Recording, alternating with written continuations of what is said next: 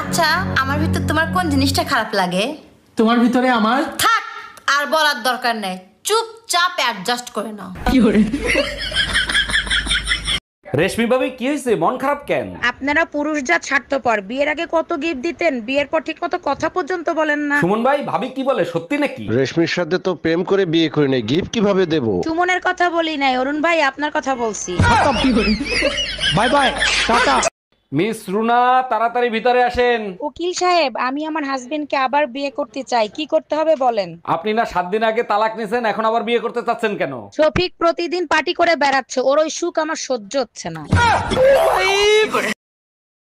Miss Runa, তাড়াতাড়ি ভিতরে আসেন। উকিল সাহেব, আমি আমার হাজবেন্ডকে আবার বিয়ে করতে চাই, কি করতে হবে বলেন? আপনি না 7 দিন আগে তালাক নিছেন, এখন আবার বিয়ে করতে চাচ্ছেন কেন? শফিক প্রতিদিন পার্টি করে বেড়াচ্ছে, ওর ওই সুখ আমার সহ্য হচ্ছে না।